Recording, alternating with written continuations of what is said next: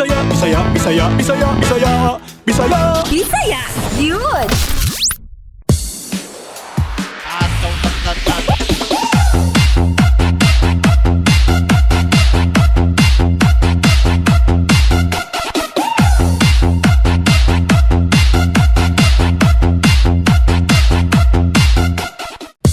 Mayong hapon sa mga kaigsunan natong Bisaya sa Luzon, Visayas ug Mindanao, laki pa mga overseas Filipino workers.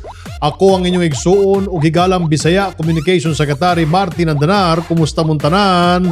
Oktubre na ug 83 days na lang Pasko na. Bugnaw na sad ang panahon, labi na sa kadlawon. Nag-usab na po ang klima, mag-adjust na sad atong lawas ani. Busa pa dayon gyapon ta sa pag-amping labi na. Mga anaa gihapon ang hulga sa COVID-19. Magpabakuna na ta. Aron Merry Christmas ang atong Christmas.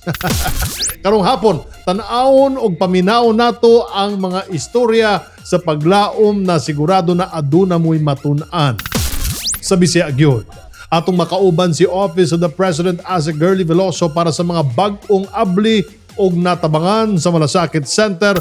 Makauban sa nato si Sangguniang Kabataan Barangay Mantuyong, Mandaue City, DeAndre Christian Puno.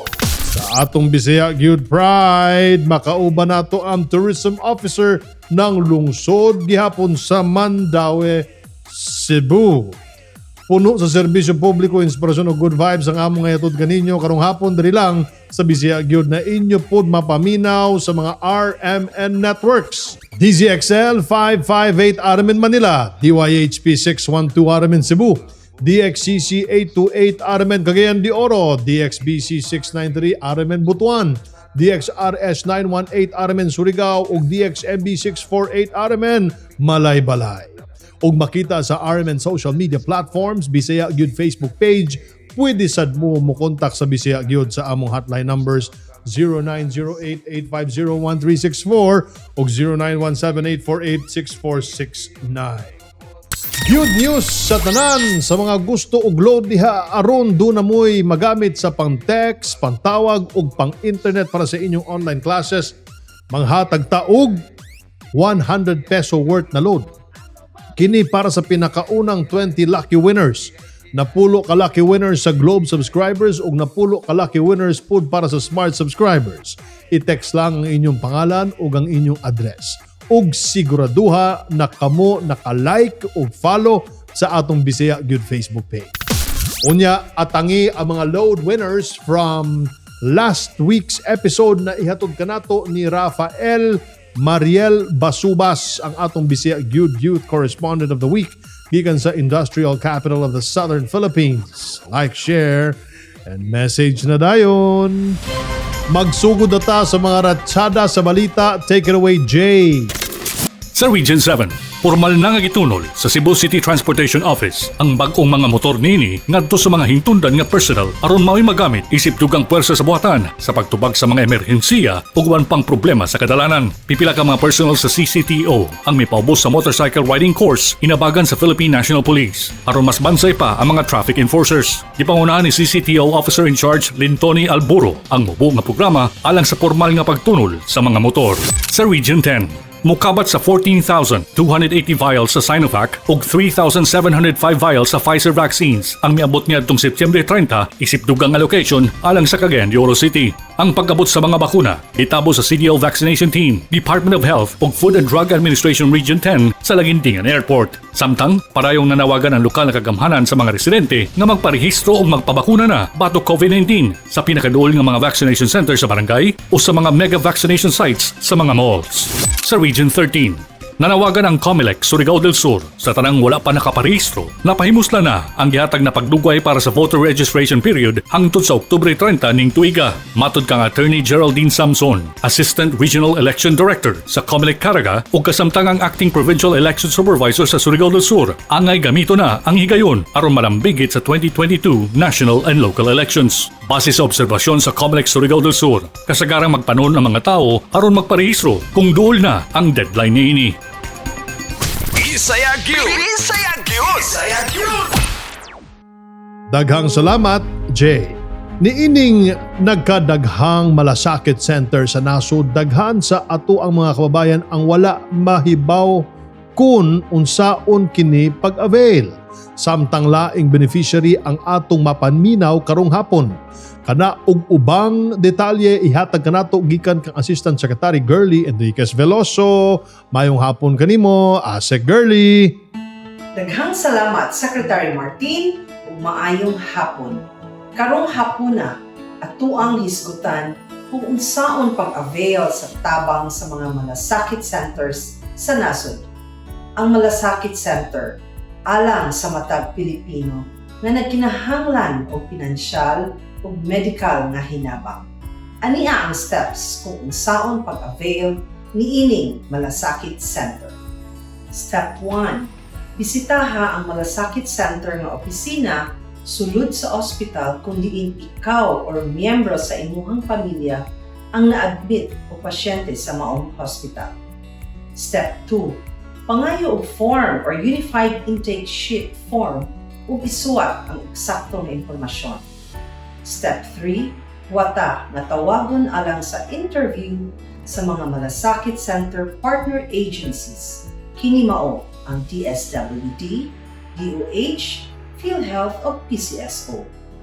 Step 4. Isubmit ang gikinahanglan nga requirements. And finally, Step 5. Kung hatagan na ka sa guarantee letter or tabang medical or financial, ihatod kini sa billing section sa hospital. Mao kadto ang easy, simple steps kung unsaon pag-avail sa atuang Malasakit Center. Karong hapon, atong paminawon ang experience sa usa ka beneficiary sa Malasakit Center sa Zamboanga del Sur.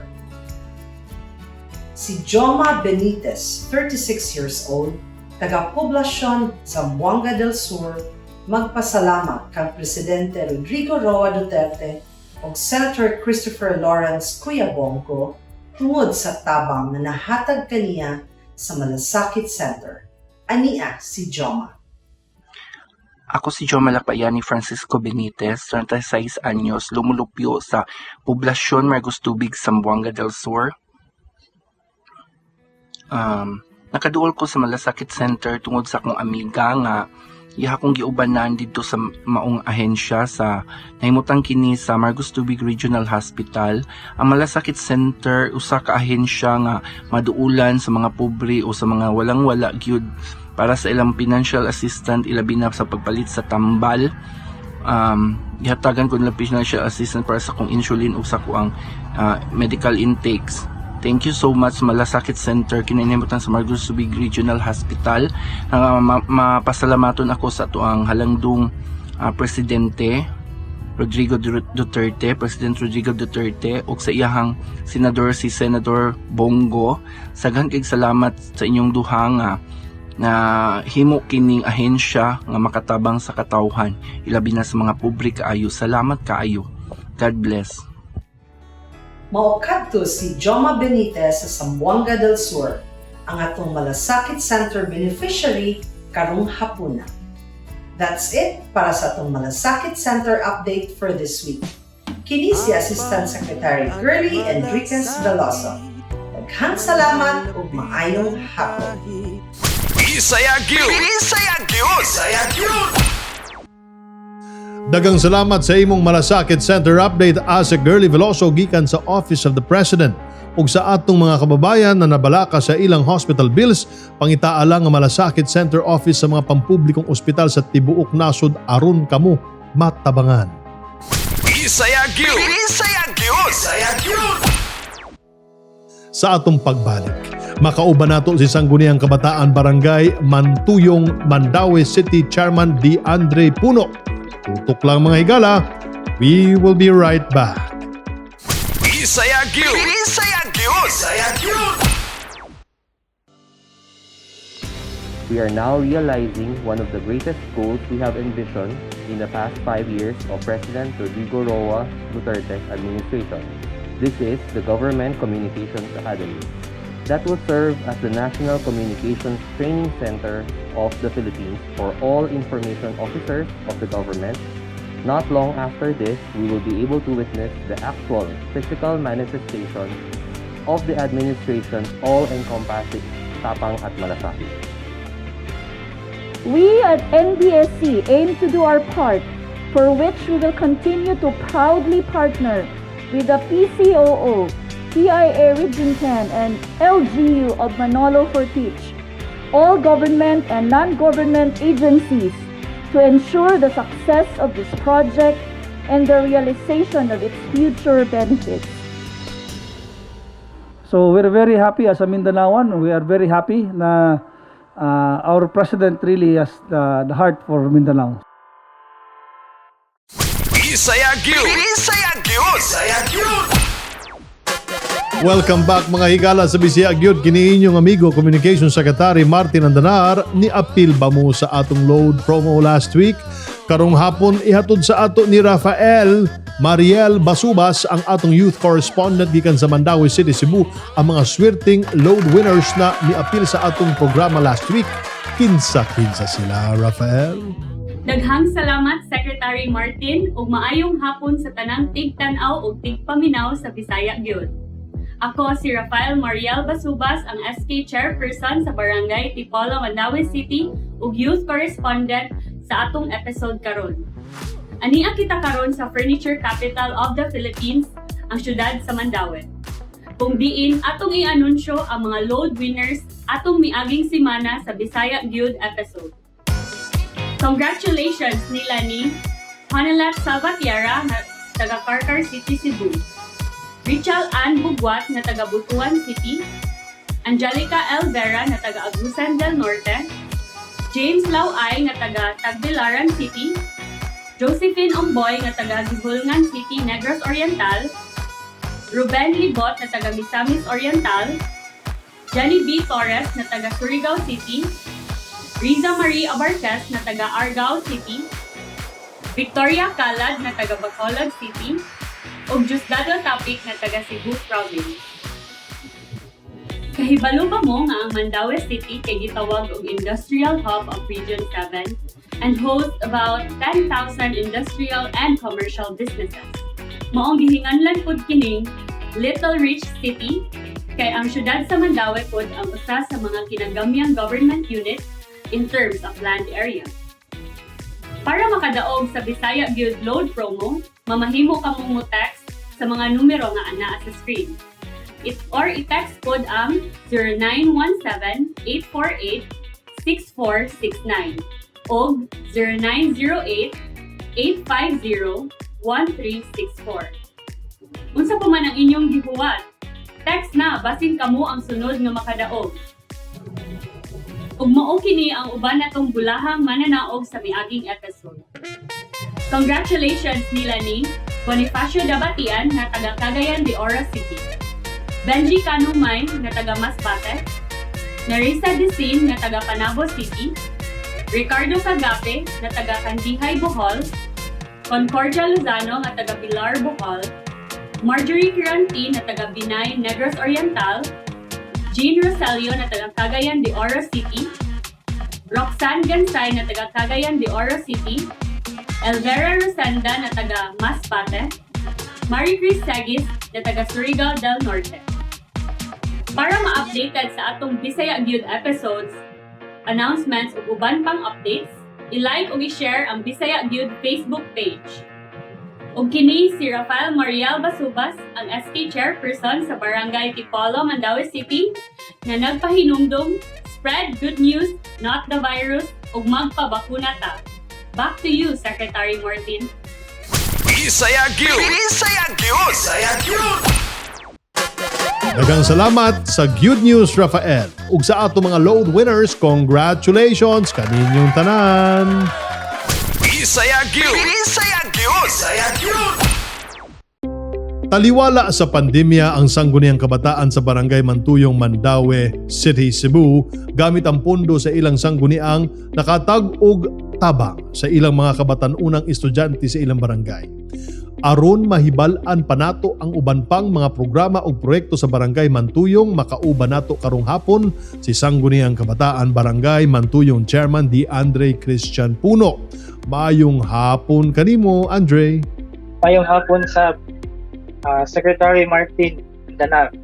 Andre, kapina sa tuig ta nga anaa sa new normal scheme sa atong educational system diin padayon gyapon ang online classes og modular learning. Unsa pod nga mga tabang ang nahatag sa inyong sanggunian sa mga estudyante? Tuig na gyud karon sukad nga nausab ang ato ang educational system.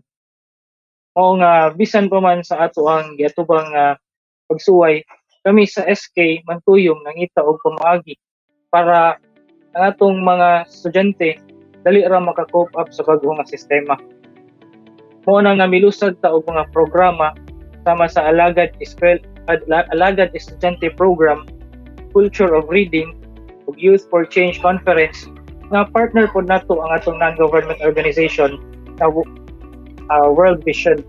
Ug naapod tay libre nga graduation pictures para sa atong mga ALS passers diin asayod man sad gyud ta nga wala pa tay graduation nga mahitabo karon.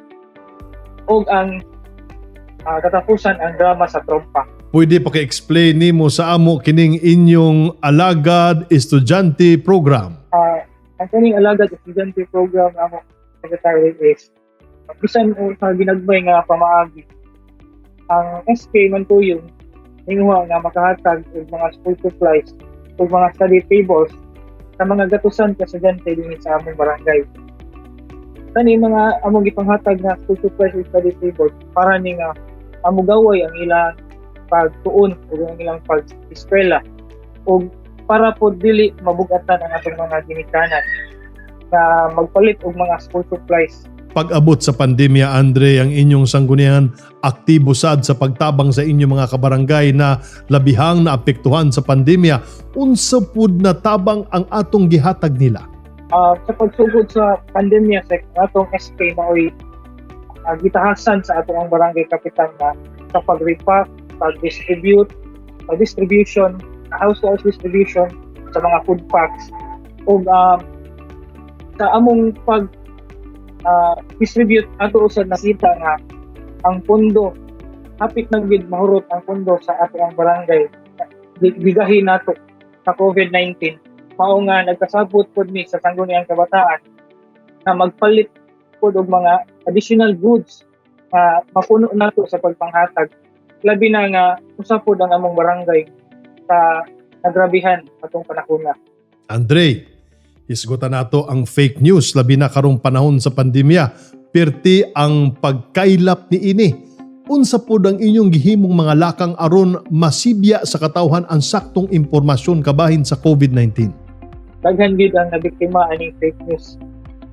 Labi na itong bag-o pa ang COVID.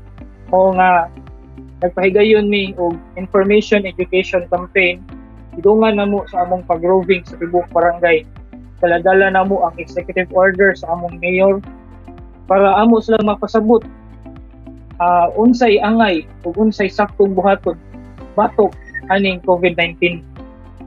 Kay tumapa tong bag-o pang nag-COVID gyud sek ubay gyud ang mga speculations, mga myth nga gipakalat sa mga katawhan.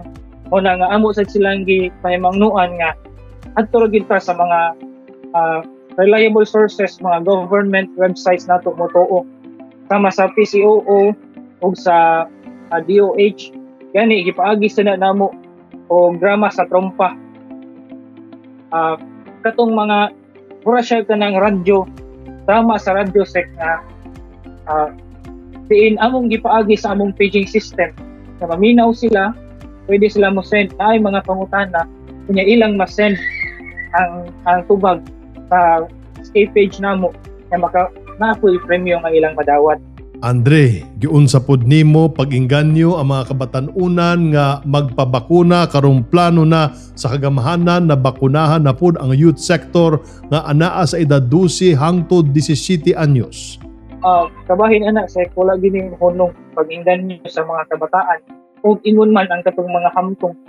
Pinaagi sa pag-encourage namo amo gid silang gihimo ginamo ang tanan nga paagi sa pag-encourage, pinaagi sa social media, sa paglakpit sa bisan kinsa nga among maistorya nga magpabakuna na kabay sa amo sang paging system mula sa mihunong gani kada adlaw gid ni mag pahibalo nila na magpabakuna na gyud tip kining pagpabakuna para ni sa natong tanan nya gani ang bisan sa pag-change sa among profile picture amo gyud ipaambit dito nga magpabakuna na ta nya amo sa ibutan dito ang link sa registration nasa may gamay nga programa check para matabangan pod ma-encourage pod sila ginagmay lang libre lamination sa vaccination card sa katong naka fully vaccinated na gani sa among barangay 98% sa 2,000 plus ka mga individual among nalista 98% ana nabakunahan na sa Andre, ang imo na lang mensahe og pahinumdum sa inyo mga kabatanunan sa mantuyong lakip na sa tanang kabataan sa Mandaue City. Ang akong mensahe para sa mga kabataan sa Barangay Mantuyong ug ingon man sa among dakbayan sa Mandaue nga let's continue to dream and chase that dream until it becomes reality. Panginaot mi, mo-encourage with me sa mga kabataan na tarungon magtarong ka sa atong pag-eskwela aron ka kita mulambo, aron nga kita magmalampuson kay kung kita magmalampuson apil na pod ang atong nasod nga magmalampuson. Muhag pod ko sa akong mga kauban sa buhat sa sangguniang kabataan ug sa tanang mga kabataan nga magpabakuna na ta. Kita atong himuon ang atong kaugalingon nga ehemplo para sa mga sumusunod nga henerasyon. Ipahibaw lang po nako nga karong October 17 na ami mobile vaccination program adlaw kana nga Domingo dinhi sa among barangay gym. Encourage ko sa katong wala pa nabakunahan na aritan ninyo magpabakuna ta. Maora ka na sek, daghan kayong salamat and rise higher. Daghang kaayong salamat di Andre Christian Puno. Bisaya Gyud! Bisaya Gyud! Bisaya Gyud! Mga kabiji, sa atong pagbalik makauban pod nato ang tourism officer sa Industrial City of the Southern Philippines, Mandaue City. Tutok lang mga higala, we will be right back. Bisaya Gyud! Bisaya Gyud! Bisaya Gyud! Our visionary secretary Martin Andanar, I think in one of during the 103rd founding anniversary of the municipality of Manolo Portich, I invited him to be the guest speaker. And so we were sitting together, me, the good secretary and Vice Governor Quinio, and he said he has a vision of a center before center pa na iyang plano of a center government communications center na where all of the information officers, mga journalists na will be housed in one academy center and they will be trained. So sabi ko, asan mo plano ilagay yan? Sabi niya, I'm still thinking about where to put it. And so I told him, meron akong lupa dyan. I have 1 hectare. Sabi niya, sige, dito natin nilagay sa Manolo Portich. So that's how it started, no? So we're very happy as a Mindanaoan. We are very happy na our president really has the heart for Mindanao. Bisaya Gyud! Bisaya Gyud! Bisaya Gyud! Welcome back mga higalang Bisaya sa atong mga kaigsuunan na lahutay sa pagpaningkamot aron makabangon ang ilang panginabuhian karong panahon sa pandemya sa atong mga kumbati ng mga frontliners, mga driver sa jeep, taxi, sikad o tricycle. Maayong hapon kaninyong tanan. Ilado nga industrial city of the Southern Philippines. Dili malalis na ang tibuok kalibutan sa unsamang larangan panginabuhian. Madako man, magamay nga negosyo apektado gyud sa pandemya. Apan karong hapon atong kumustahon ang pagbangon sa industry og oportunidad na nag-atang sa atong mga kaigsuonang Bisaya gyud. Halina, bisitaw nato ang Mandaue City. Daghang salamat, Secretary Martin, ug maayong hapon sa tanan natong viewers and listeners sa Bisaya gyud. Kini si Christian Marcabahog, Local Tourism Officer ug Executive Director sa Mandaue Investment Promotions Action Center. Ug kini mao ang mga rason ngano atong pilion ang Mandaue City. Located in the central eastern coastal region of the island province of Cebu, is a first-class, highly urbanized city, the city of Mandaue. For years, it has served as a focal point for manufacturing in the country, with many of the region's largest companies operating in the city. World-class furniture is conceptualized, designed, and manufactured in Mandaue before being shipped around the world. This economy is held aloft by a developed workforce of highly skilled and trainable English-speaking residents educated and trained in private and government-funded schools within Mandaue. Economic growth is driven by the close working relationship between the business community and the local government, with business registrations having grown significantly in 2018, rising from over 13,000 to over 20,000. Mandaue City believes that collaboration among the government, local community, and civil society ensures inclusive growth. It is therefore committed to providing effective business registration procedures, promoting small businesses and investments, and nurturing businesses to last. As a result, institutions such as the Philippine Chamber of Commerce and Industries, Department of Interior and Local Government, and the Department of Trade and Industry have bestowed Mandaue with awards of distinction. Another crucial area of concern that every modern and evolving city must consider is the threat of pollution and traffic. This is why one of the key strategies is enforcing environmental laws, counteracting pollution, and also creating and implementing a comprehensive traffic plan. Mandaue is famous for being a bridge city, not only because of the two major bridges that connect it to Mactan Island, but also it connects visitors and citizens alike to important destinations. Mandaue also serves as the main gateway to mainland Cebu. As such, the city aims to provide the best roads and highways for the driving and commuting public. Since Mandaue became a chartered city in 1969 and recognized as a highly urbanized city in 1991, it has grown into a world-class, livable destination. Mandaue also aims to be an ideal place for urban living. Those planning to move here can choose from sprawling subdivisions, affordable apartments, and high-rise condominiums located all over the city. Commercial and hospitality centers have also sprouted, offering unique experiences for locals and tourists alike to enjoy. Despite its progressive march into the future, Mandaue City does not forget its roots and has made efforts to ensure its culture and history are cared for. In line with these values, a number of heritage houses have been recognized and carefully preserved, keeping their storied histories alive. Mandaue City, a great place to call home, a great place to work in, the ideal investment destination. Choose Mandaue. And this is Mandaue City, our home, our pride, our future. I am Mandaue. We are Mandaue. Back to you, Secretary Andanar. Bisaya Gyud! Bisaya Gyud! Bisaya Gyud!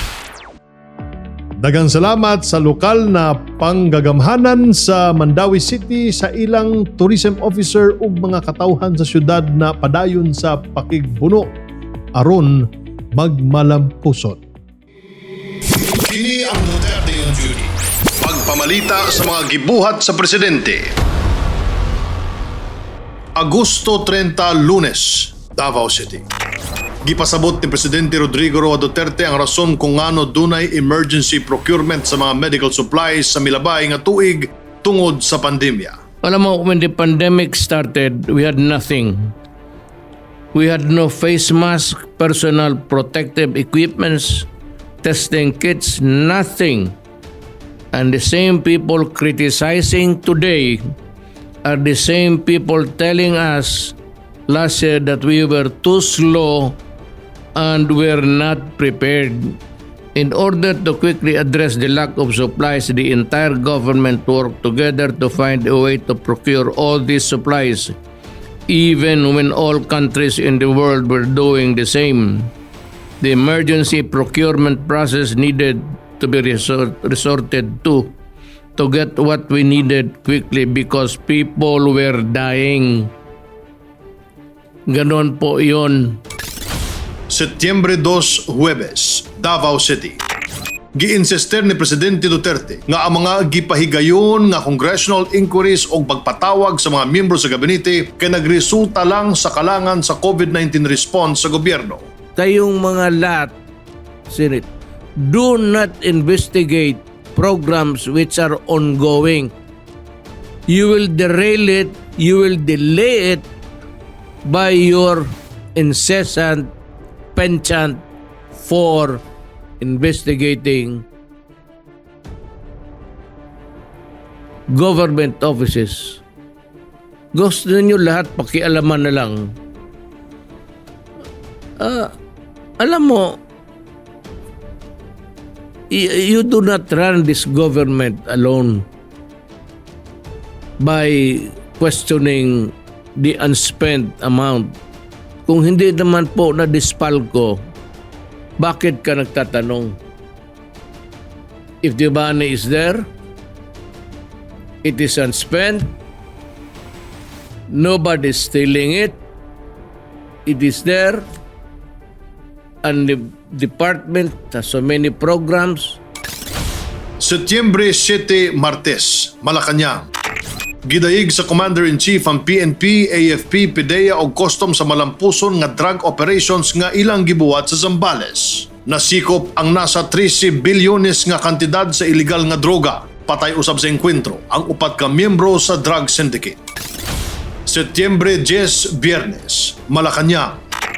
Gipirmahan isip balaod sa Presidente ang Bureau of Fire Protection Modernization Act. Ubos ani nga balaod ang napulo ka tuig nga modernisasyon sa BFP aron mahimo kining usa ka world-class institution.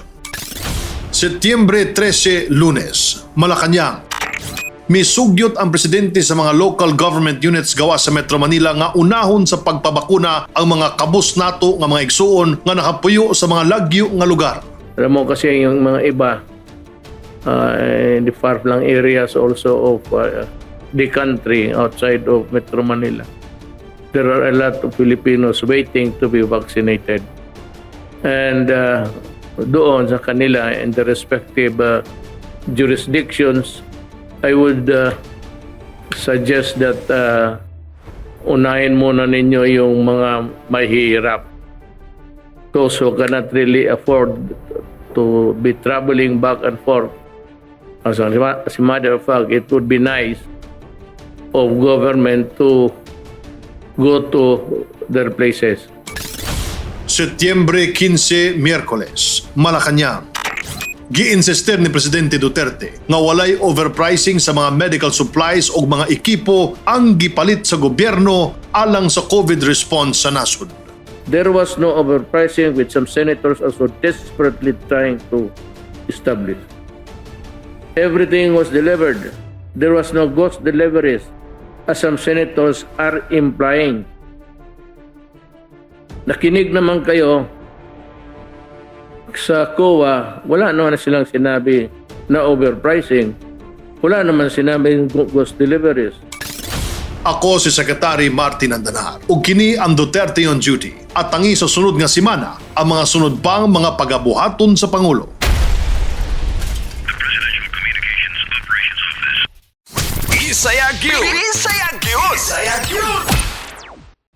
Mga higala, diri natapos ang inyong programang kanunay nga anda mo tabang sa atong mga kaigsuonang Bisaya.